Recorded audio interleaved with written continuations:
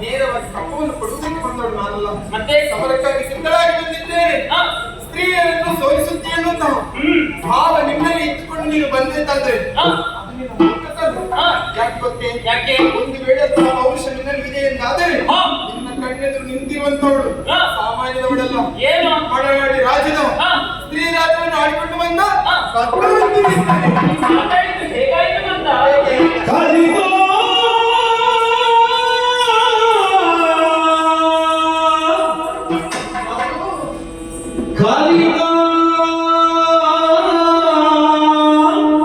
ಹಾಗೆ ಇನ್ನೊಂದು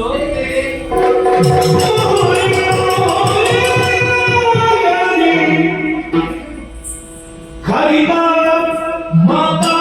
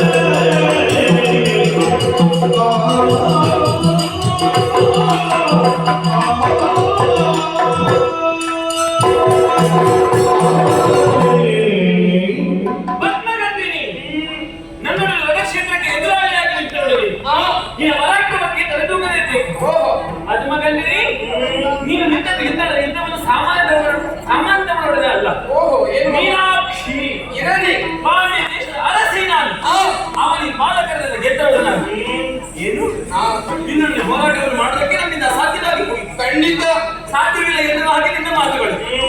ನಿನ್ನದು ಏನಿದ್ದರೂ ಕೂಡ ಬುದ್ಧಿಯ ಮಿತಿ ಮತ್ತೆ ಏನಿದ್ದರೂ ಕೂಡ ಈ ಸ್ತ್ರೀ ರಾಜ್ಯಕ್ಕೆ ಸಂಬಂಧಪಟ್ಟದ್ದು ಮಾತುಗಳು. ಅದರ ಆಚೆಗೆ ಏನಾಗುತ್ತೆ ಎನ್ನುವಂತಹ ಕಲ್ಪನೆಯೂ ನಿನಗಿಲ್ಲ. ಯಾಕೆಂತ ಹೇಳಿದ್ರೆ ನಿನಗೆ ಬೇಕಾಗಿ ನಿಮ್ಮವರಿಗೆ ಬೇಕಾಗಿ ಬೇರೆಯವರಿಗೆ ಬೇಕಾಗಿ ಸ್ತ್ರೀ ರಾಜ್ಯವನ್ನು ಕಟ್ಟಿ ಬೆಳೆಸಿದವಳು ಉಳಿಸಿದವಳು ನೀನು. ಪದಮದಲ್ಲಿ ಸ್ತ್ರೀ ಮಳೆಯಾಳದ ಅರಸಿ ನೀನು. ಆದ್ದರಿಂದ ಹೇಳಿದ್ದು ನಾನು ನಿನ್ನ ವ್ಯಾಪ್ತಿ ಏನಿದ್ದರೂ ಕೂಡ ಈ ಸ್ತ್ರೀ ರಾಜ್ಯಕ್ಕೆ ಮಾತ್ರ. ಹಾಗಾಗಿ ಕಲಿತ ಮಾತಾಡದಿರು ನೀ ಏನು ಮಾತಾಡುತ್ತಿದ್ದರೂ ಕೂಡ ಇನ್ನು ಶ್ರೀರಾಜ್ಯದಲ್ಲಿ ಏನು ಕಲ್ತಿದ್ಯಾ ಅದನ್ನು ಮಾತ್ರ ಮಾತಾಡುವುದು ನೀನು. ಅಷ್ಟು ಮಾತ್ರವಲ್ಲ, ಇನ್ನು ಎರಡು ಅರ್ಥದಲ್ಲಿ ಕಲಿತ ಮಾತಾಡೋದು ಅಂದ್ರೆ ಯಾವುದು ಪುಸ್ತಕವನ್ನು ಓದುದು ಅದನ್ನೇ ಮತ್ತೆ ಹೇಳುವುದು, ಮತ್ತೆ ಯಾರೋ ಹೇಳಿದ್ದನ್ನು ಕೇಳುವುದು, ಅದು ಕಲಿತ ಮಾತಾಡುದು. ಇನ್ನೊಂದು ಕಲಿತ ಮಾತಾಡುದು ಯಾವುದು ಕಲಿತ ಎನ್ನುವ ಹಾಗೆ ಮಾತಾಡಬೇಡ. ನೀನೇ ಒಬ್ಬರು ಸಮರ್ಥೆ ಎನ್ನುವ ಹಾಗೆ ನಿನ್ನ ಅಹಂಕಾರ ಬೇಡ. ನಿನ್ನ ಕೊಬ್ಬನ್ನು ಇಳಿಸಲು ಸ್ವಲ್ಪ ತಾಳು. ತುಂಬಾ ಹೊತ್ತು ಬೇಡ, ಸ್ವಲ್ಪ ಹೊತ್ತು ನನಗೆ ಹೌದಪ್ಪ. ಇಷ್ಟು ಮಣಿಪಾಲಕರನ್ನು ಗೆದ್ದವಳಿಗೆ ಅವರ ತತ್ವವನ್ನು ಮುರಿದವಳಿಗೆ ಶ್ರೀರಾಜ್ಯದ ಅರಸಿಯಾದಂತಹ ಪದ್ಮಗಂಧಿನಿ ಅಹಂಕಾರವನ್ನು ಮುರಿಯುವುದು ಕಷ್ಟವಾಗಿದೆ ನನಗೆ. ಆದ್ದರಿಂದ ಹೇಳ್ತಾ ಇದ್ದೇನೆ, ಅಹಂಕಾರವನ್ನು ಬಿಡು, ಶರಣಾಗತಿಯನ್ನು ಹೊಂದು